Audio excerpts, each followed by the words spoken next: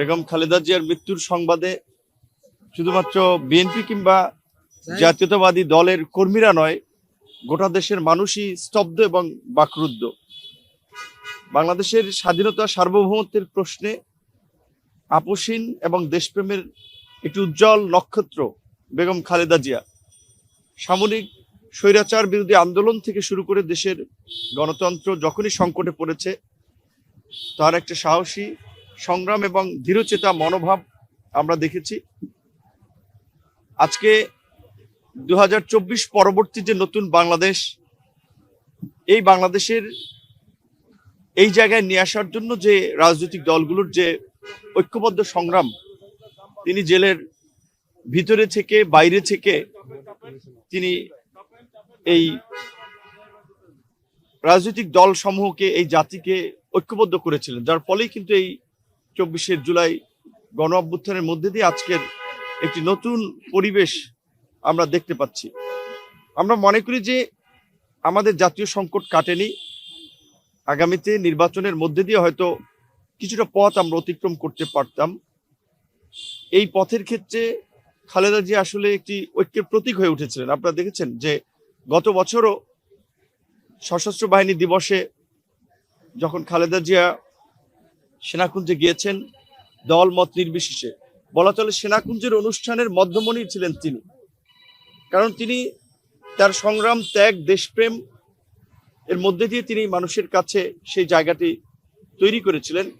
তার এই মৃত্যুতে শুধুমাত্র রাজনৈতিক অঙ্গন নয়, জাতীয় পর্যায়ে একটা বড় ধরনের ক্ষতি হয়ে গেছে, যে ক্ষতি অপূরণীয়। আমরা সকলেই তার আত্মার মাগফিরাত কামনা করি, তার জন্য দোয়া করি। আগামীকালকে বাদ জহুর যে তার জানাজা হবে সংসদ ভবনের দক্ষিণ প্লাজায়, যারা পারবেন সেখানে অংশ নেবেন এবং গোটা দেশবাসীকেই আমরা দোয়া করার আহ্বান জানাই। এবং তার যে সংগ্রামী রাজনৈতিক চেতনা, দেশপ্রেম, আপোষহীন ভূমিকা, আমি মনে করি যে সেটা শুধুমাত্র বর্তমান নয়, ভবিষ্যৎ প্রজন্মকেও অনুপ্রাণিত করবে। একজন রাজনৈতিক কর্মীর জন্য অবশ্যই খালেদা জিয়ার জীবন একটা অনুকরণীয়, অনুসরণীয়।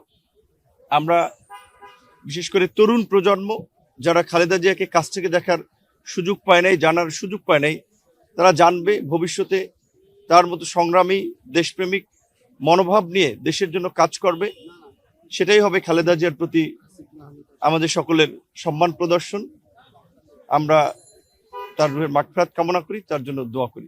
খালেদা জিয়াকে তো জেলে নেওয়াই হয়েছিল কার্যত একদলীয় শাসন কায়েম করার জন্য, দেশের গণতন্ত্রকে ধ্বংস করে ভারতীয় নীল নকশার একটি ফেসিবাদী রাষ্ট্র কায়েম করার জন্য। এটা তো আপনারা দেখেছেন যে একেবারেই একটি ভিত্তিহীন মামলায় তাকে জেলে নিয়ে, এবং জেলে নেওয়ার সময় একজন সুস্থ মানুষ, তিনি হেঁটে গিয়েছিলেন, জেল থেকে বের হয়েছেন হুইল চেয়ারে।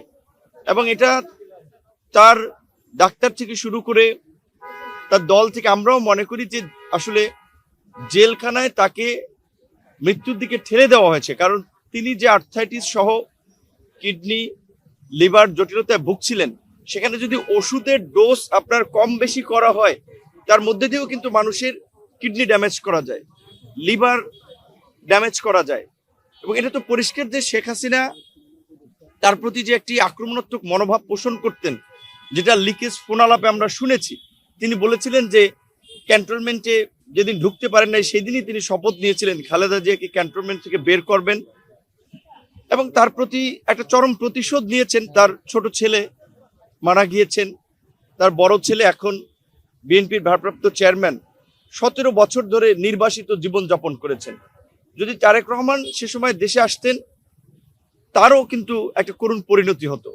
এই প্রতিহিংসা জিয়া পরিবারের প্রতি, খালেদা জিয়ার প্রতি যে শেখ হাসিনার ছিল, সেটি একেবারেই পরিষ্কার। এবং অবশ্যই তিনি আজকে সুস্থভাবে যদি মারা যেত, সেটিও ধরেন আমাদের একটি কিছুটা আত্মতৃপ্তি থাকতো যে স্বাভাবিক মৃত্যু। গত 1.5 বছর ধরে তিনি আমাদের মাঝে ছিলেন, কিন্তু কার্যত অসুস্থ হয়ে বিছানায়